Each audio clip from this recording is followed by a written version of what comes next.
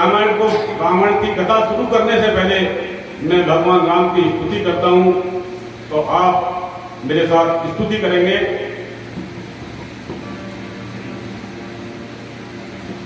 श्री रामचंद्र कृपाल भजवन करण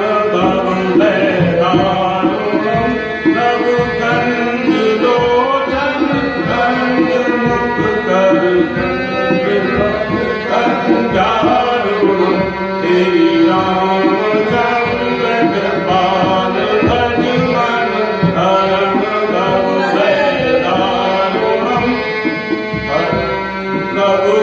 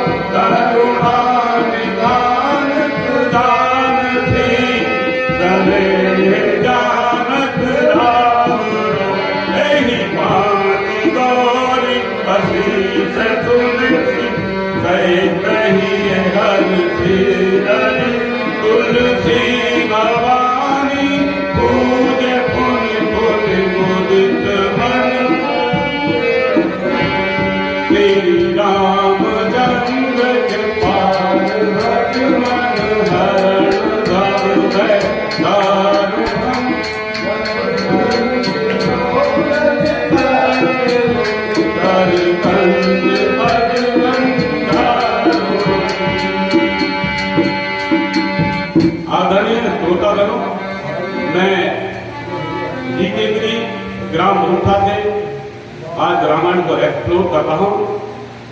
मैं अपने चैनल दुर्लभ संस्कार पर सबसे पहले मैं नतमस्तक होता हूं रामायण को, रामायण के पात्रों को और सभी श्रोताओं का हार्दिक अभिनंदन करता हूं। आज रामायण में मैं चर्चा कर रहा हूं भरत जी के बारे में। रामायण के अंदर भरत जी को इतना स्थान नहीं दिया गया है। यहाँ पर स्थान दिया गया है भगवान राम को, सीता को, हनुमान जी को।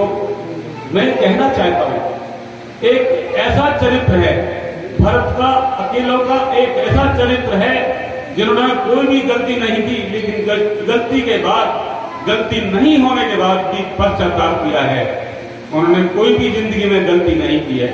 रामायण के पात्र जितने भी पात्र हैं एक अनूठे पात्र है। भगवान राम का पात्र एक ऐसा पात्र है जो जीवन के लक्ष्यों से गाता है, आपको एक प्रेरणा देता है कि आपको कैसे जीवन यापन करना है। मैं ये कहना चाहता हूं हमारी संस्कृति में, हमारे सनातन के अंदर, हमारे सनातन को देखते हुए आपने सुना होगा इंडोनेशिया के अंदर पूरा देश एक मुस्लिम देश है। इंडोनेशिया में रामायण होती है, वहां पर भागवत होती है, रामायण की रामलीला होती है। वहां पर बहुत ही सुंदर रामलीला का आयोजन किया जाता है। हमारे सनातन को देखते हुए सऊदी अरब में, जहां पर मक्का मदीना है, वो बिल्कुल हिंदू धर्म को मानते नहीं थे। आज सनातन का ऐसा झंडा बुलंद हुआ है, वहां पर एक मंदिर का उद्घाटन किया गया है। बोलो सनातन धर्म की। तो श्रोतागणों, मैं रामायण पर लेके चलता हूं। उससे पहले मैं देखता हूं जीव की उत्पत्ति कहां से हुई। अनेक धारणाएं हैं। एक साइंस के मुताबिक, विज्ञान के मुताबिक बताया गया है कि डार्विन का नियम यानी डार्विन का सिद्धांत, उसमें बताया गया कि मनुष्य क्या था, एक बंदर की तरह था। इसका पहले अफ्रीका से आए थे, एक बंदर की तरह रहते थे। मुझे अफसोस होता है कि जब बंदर से हम आदमी बन गए तो वो बैलेंस बंदर क्यों अभी तक बंदर रह गए। ये अवधारणा गलत है। वो कहते थे कि दोनों पैरों से चलते थे, बंदर की तरह से पूंछ थी, और धीरे धीरे खड़ा होना शुरू हुआ। वो एक दोनों पैरों यानी हाथ और पैरों से न चलकर पैरों पे चलना शुरू हुए, नग्न रहते थे। उसके बाद उनको उनके कमर में कुछ जो बैकबोन है, रीढ़ की हड्डी पर ताकत आई और खड़े होकर चलना शुरू कर दिया। और उसके बाद में उत्पत्ति करी उन्होंने आग जलाने की, यानी पत्थर से वो आग जलाया करते थे। उसके बाद उन्होंने देखा कि पेट भरने के लिए यानी अपने पेट के पालन पोषण के लिए हमको कोई कुछ अनाज चाहिए, यानी उन्होंने खेती बाड़ी करनी शुरू कर दी। लेकिन हमारा जो सनातन धर्म कहता है, हमारे जो शास्त्र कहते हैं, हमारा जो इतिहास कहता है, हमारे जो पुराण कहते हैं, वो कहते हैं कि ब्रह्मा जी के 4 पुत्र हुए थे। ब्रह्मा जी के 4 पुत्र हुए थे, सनत, सनंदन, सनातन और सनत कुमार। ब्रह्मा जी ने अपने अंगों से मनु और शत्रुपा का उत्पत्ति किया, जिससे कि आज ये विश्व चल रहा है। हमारी धारणाओं के मुताबिक, हमारे अवलोकन के मुताबिक कुछ जनों ने इसको विभिन्न जातियों में बांट दिया, लेकिन हम रूप किसके हैं? मनु और शत्रुपा के रूप हैं। हम सब एक हैं, सनातनी हैं। जब जब देश पर कोई विपदा पड़ती है, जब धर्म की हानि होती है, अधर्म बढ़ता है, तब भगवान रूप लेते हैं। भगवान अनेक रूप में आते हैं। यहाँ पर जमीन पर अवतार लेते हैं, या तो वो खुद आते हैं अथवा किसी अपने पैगंबर को भेजते हैं। जैसे कहा है किसी शायर ने, पैगंबरों से जमी वफा नहीं करती, पैगंबरों से जमी वफा नहीं करती। हम कौन से खुदा थे जो घर बैठे थे? यानी यदि घर बैठे बैठे खुदा बन जाए तो ये असंभव है। मैं कहना चाहता हूं, यदि बौद्ध सिद्धार्थ घर से ना निकले होते तो वो बौद्ध नहीं होते। यदि भगवान राम का वनवास नहीं हुआ होता, यानी बन गए, राम बन गए तो बन गए, यानी क्या बन गए? वो मर्यादा पुरुषोत्तम राम बन गए। अन्यथा यदि वो अयोध्या में होते, उनका अभिषेक हो जाता, रामचंद्र जी का अभिषेक हो जाता, तो आज ये रामायण आपके पास नहीं होती, ये रामायण की रचना नहीं होती। यानी एक साधारण महाराज, एक महाराज धराज राम बन के रह जाते।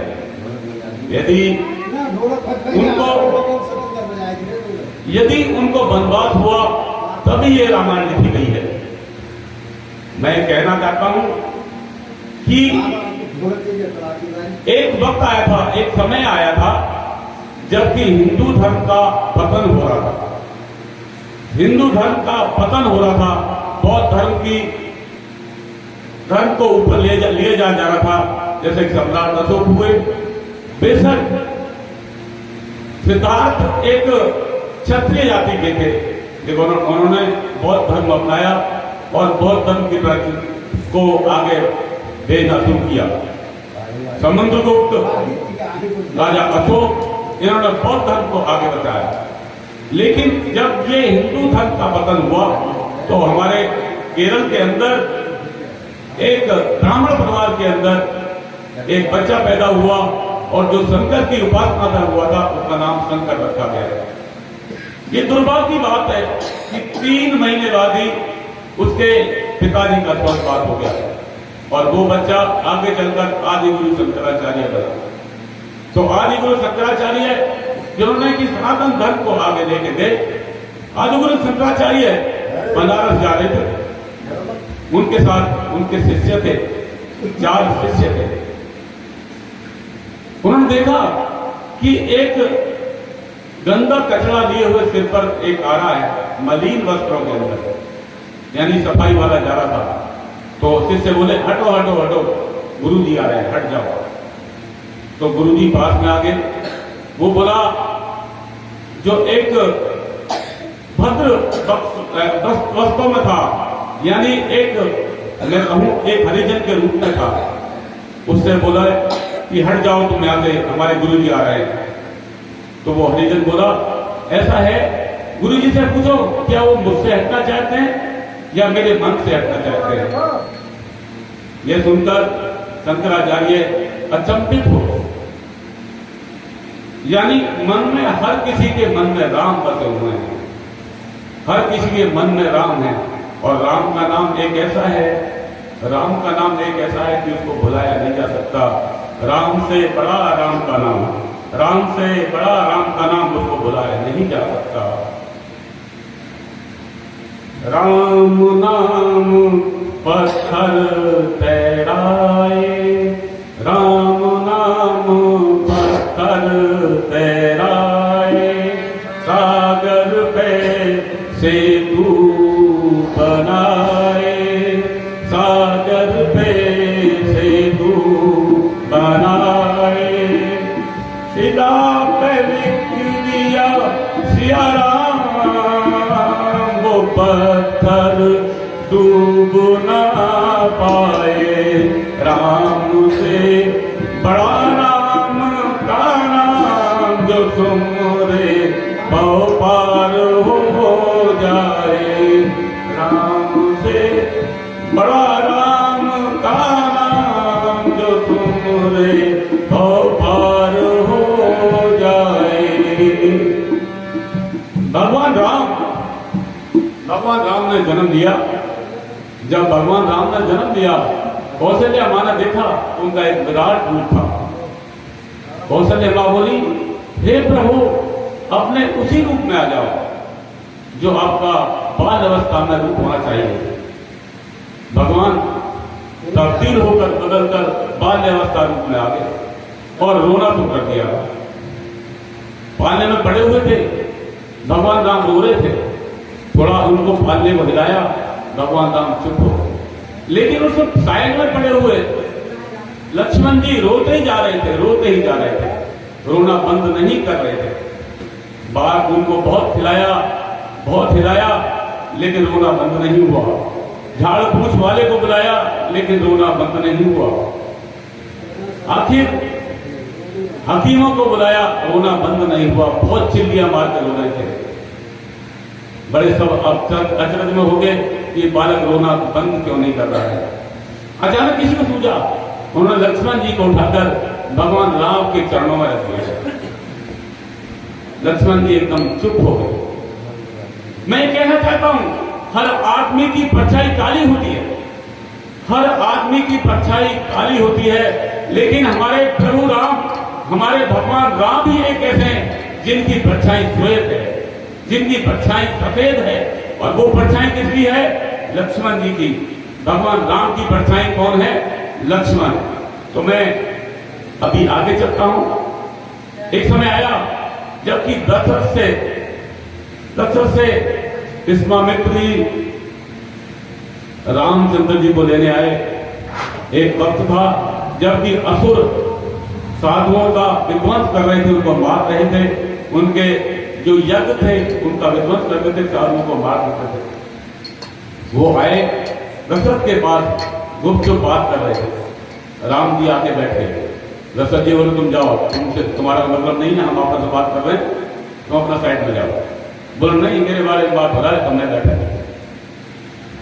तो वो बात कर रहे थे कि ऐसा है कि हमें दैत्य परेशान करते हैं, हमारे साधु संतों को दैत्य परेशान कर रहे हैं, इनका कुछ इलाज कीजिए।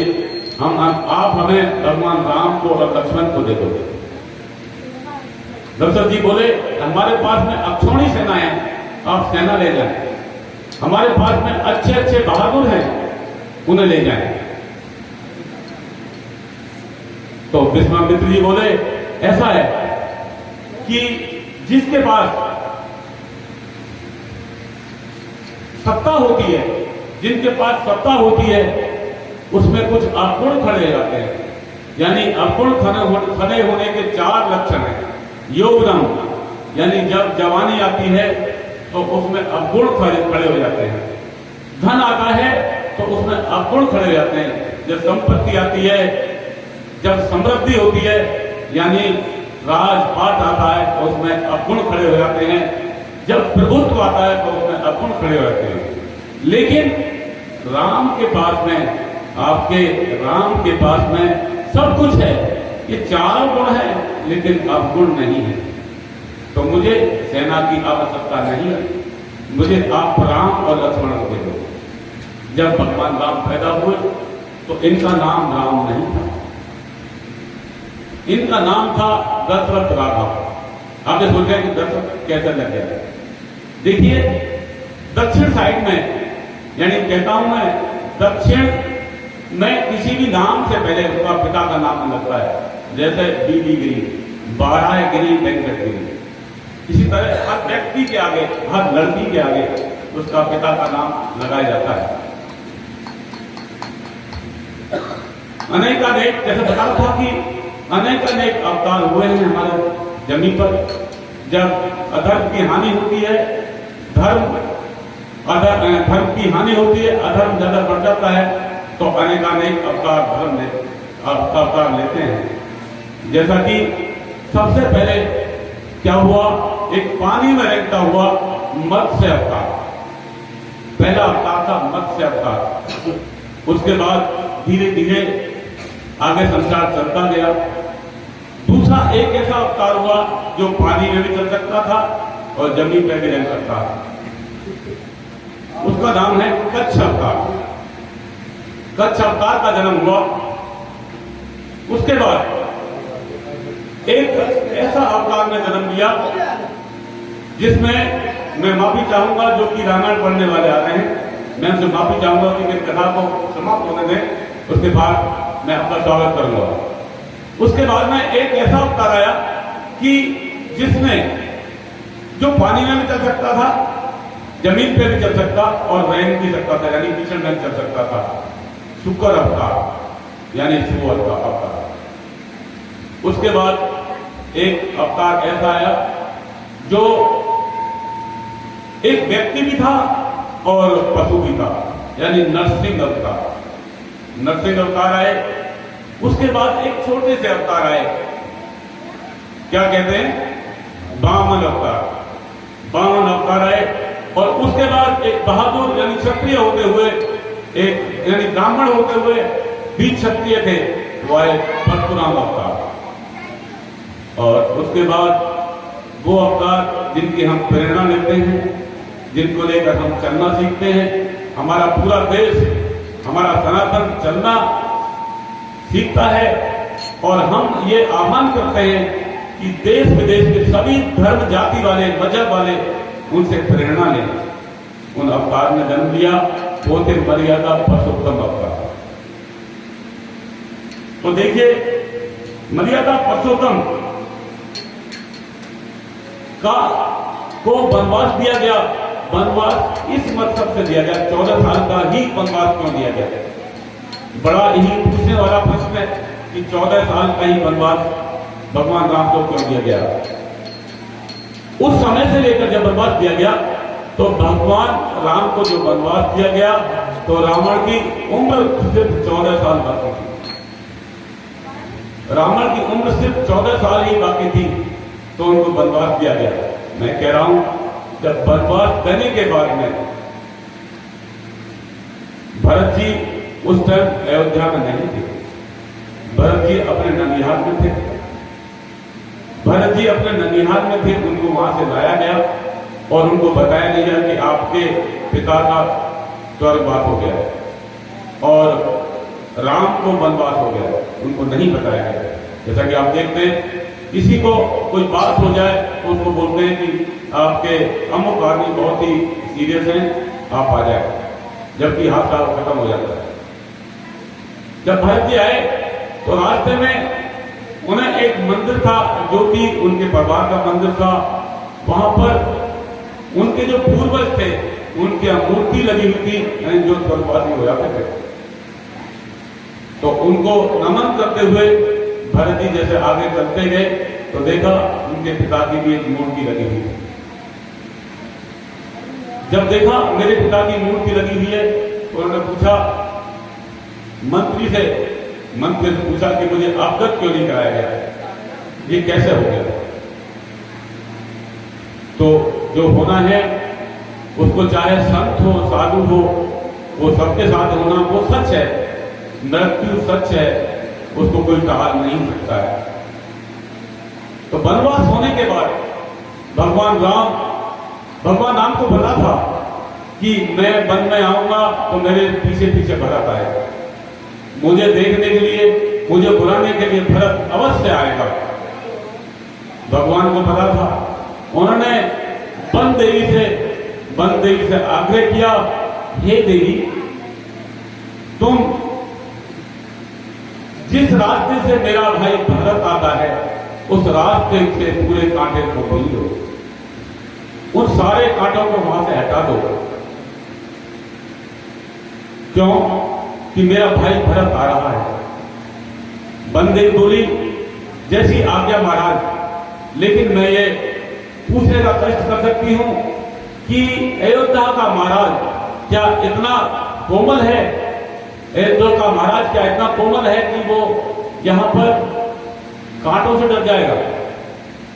रामचंद्र जी बोले नहीं, ऐसा नहीं है, वह बहुत ही कठोर है, इंद्र का वज्र भी उस पर कोई असर नहीं कर सकता है।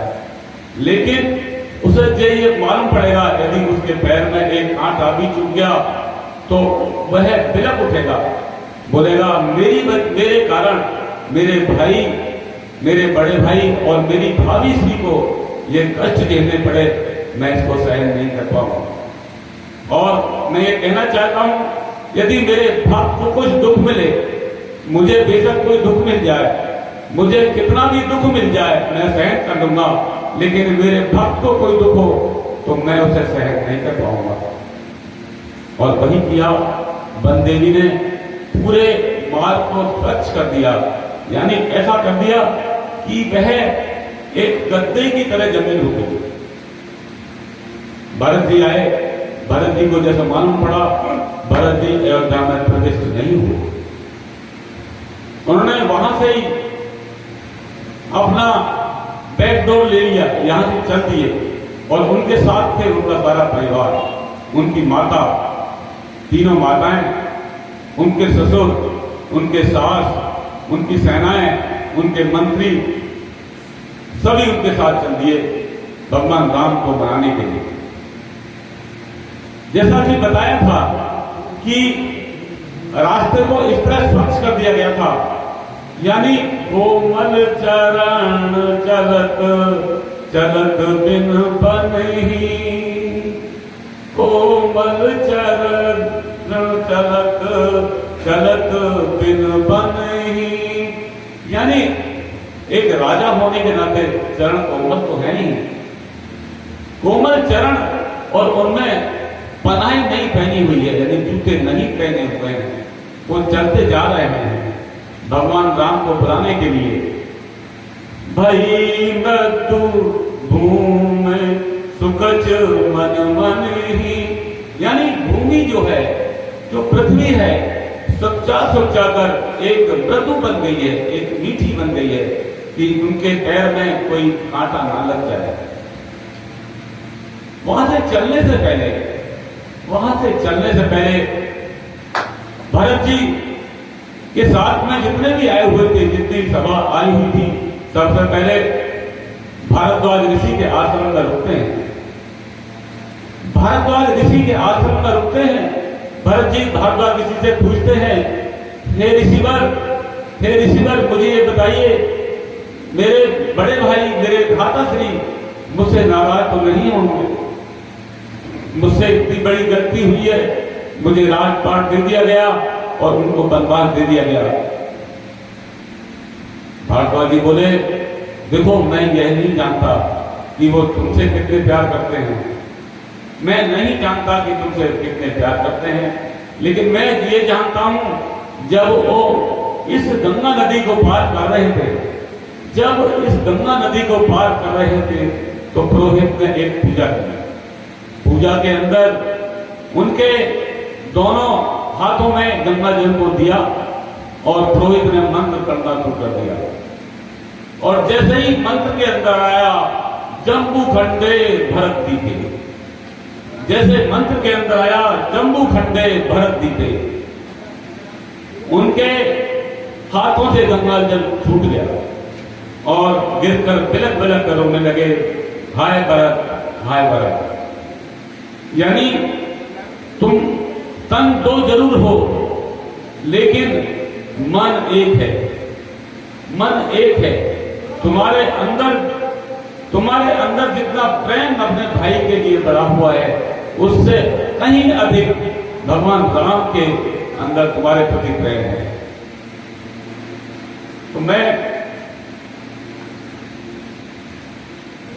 यह कहते हुए मैं कहना चाहता हूं, जैसे भगवान के पास में भरत जी पहुंचे, उनके साथ में अनेक उनके रिश्तेदार, उनके ससुर साहेब, यह अवश्य उनकी भरत जी की उम्मीद थी कि भगवान हमारे कहने से वापस आ जाएंगे, लेकिन पिता का दिया हुआ, माता को वरदान, पिता का दिया हुआ आदेश यही सिखाता है हमें। यदि पिता आपको कोई आदेश दे, आपकी माता कोई आदेश दे, आपकी जनक जननी कोई आपको आदेश दे, तो सर कटा लेना, लेकिन वह आदेश नहीं टालना। भगवान राम ने मना कर दिया और कहा, भरत मैं तुम्हें दो मंत्र देता हूं, तुम्हें दो मंत्र देता हूं। पहला मंत्र, how to conduct your administration, यानी तुम उस प्रशासन को, जो राज्य सत्ता है, उसको कैसे चलाओगे, उसका एक मंत्र देता हूं। दूसरा मंत्र मेरा है कि तुम अपनी मां को माफ कर दोगे, तुम मेरी जगत जननी को, कई मां को माफ कर दोगे। उसके दिमाग में अभी तक ये कुंठा घुसी हुई है कि मैंने ये गलती की थी, जिसकी वजह से मेरा राम आज यहां पर बैठा हुआ है। मैं,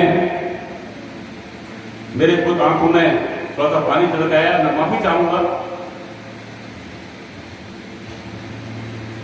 फिर कई माता कहती हैं रामचंद्र जी से, उसे पता था कि रामचंद्र जी वापस तो नहीं आएंगे, लेकिन कुछ दुआएं मांगती हैं, उनसे मांगती हैं, कुछ कहती हैं, वो मैं कहना चाहता हूं।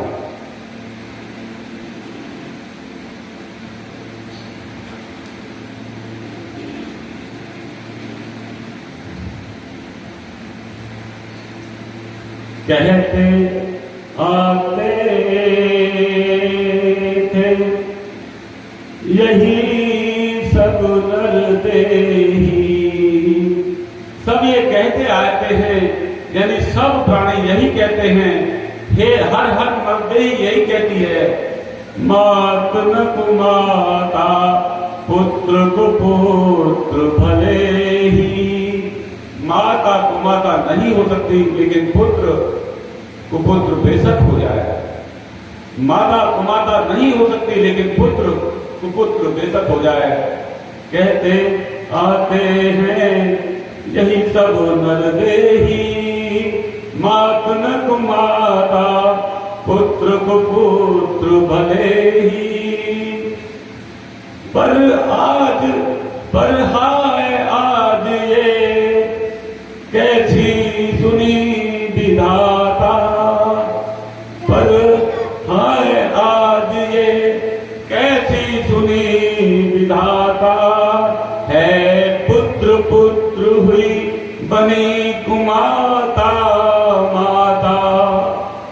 हे विधाता, आज ये क्या हो गया है, ये क्या हो रहा है, आज पुत्र पुत्र ही है और माता कुमाता हो गई है, बिल्कुल ही विपरीत हो गया है।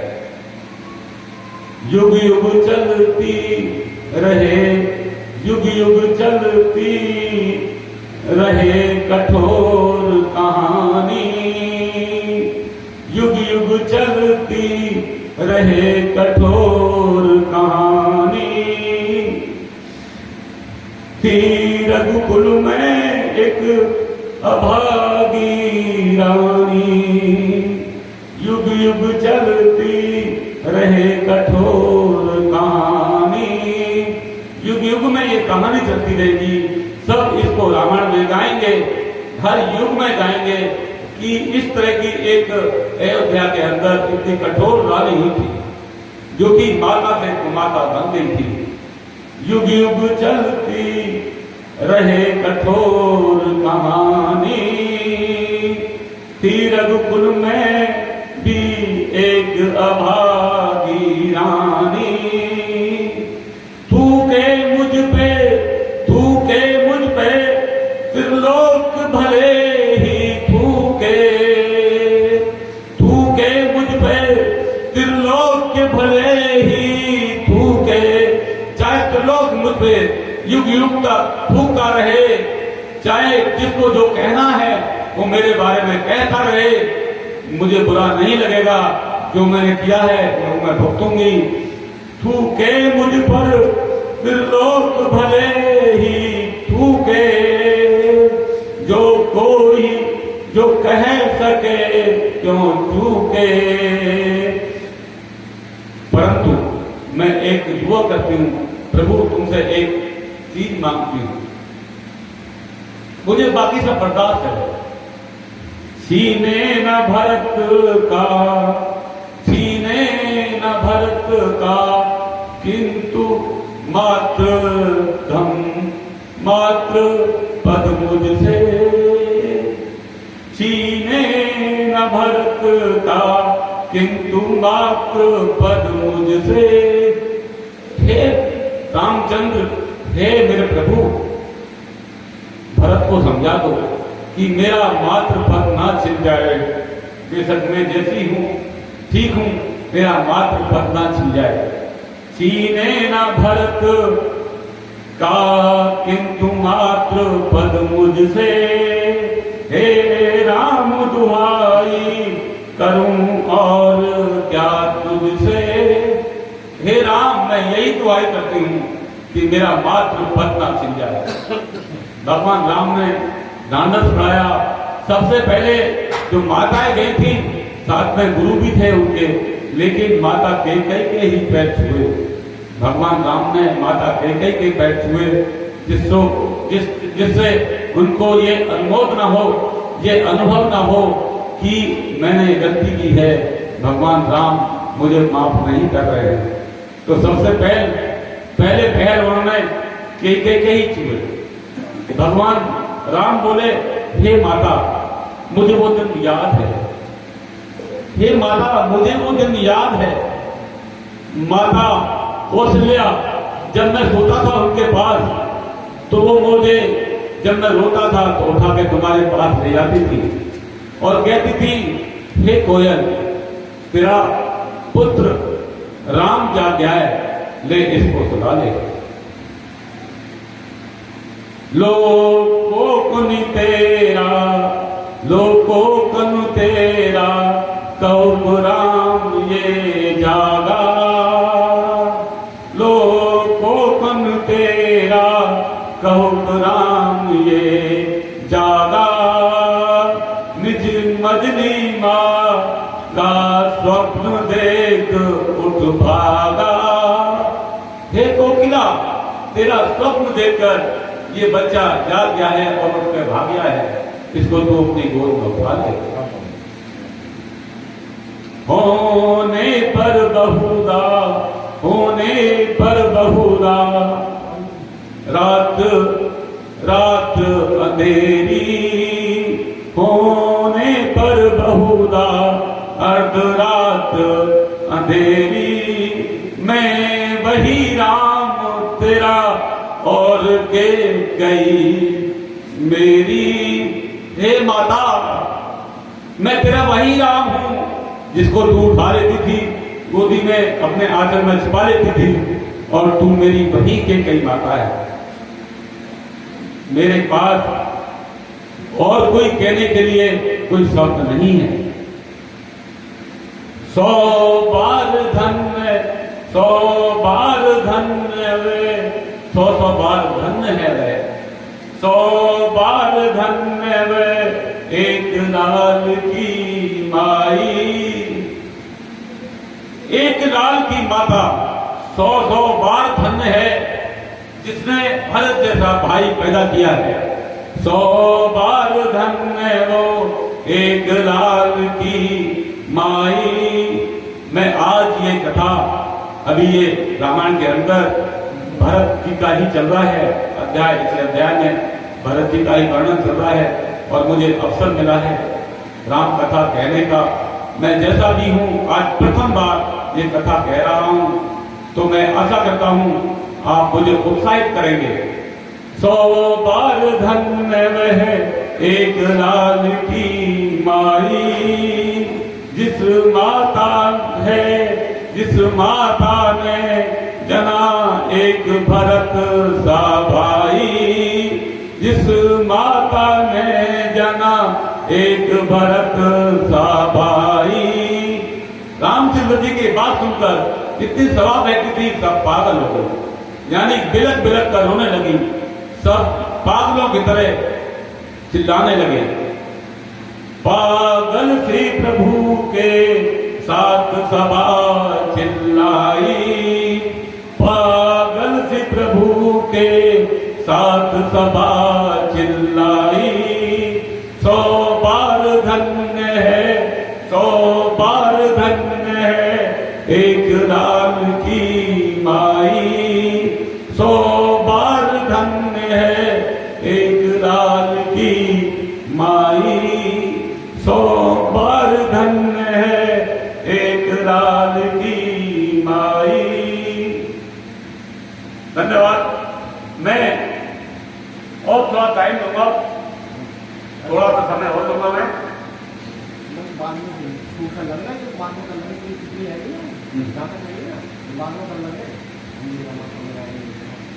हाँ, माफी चाहूंगा। तो मैं आप सभी का आभार व्यक्त करता हूँ। नमस्कार, जय हिंद, जय श्री राम। जय श्री राम।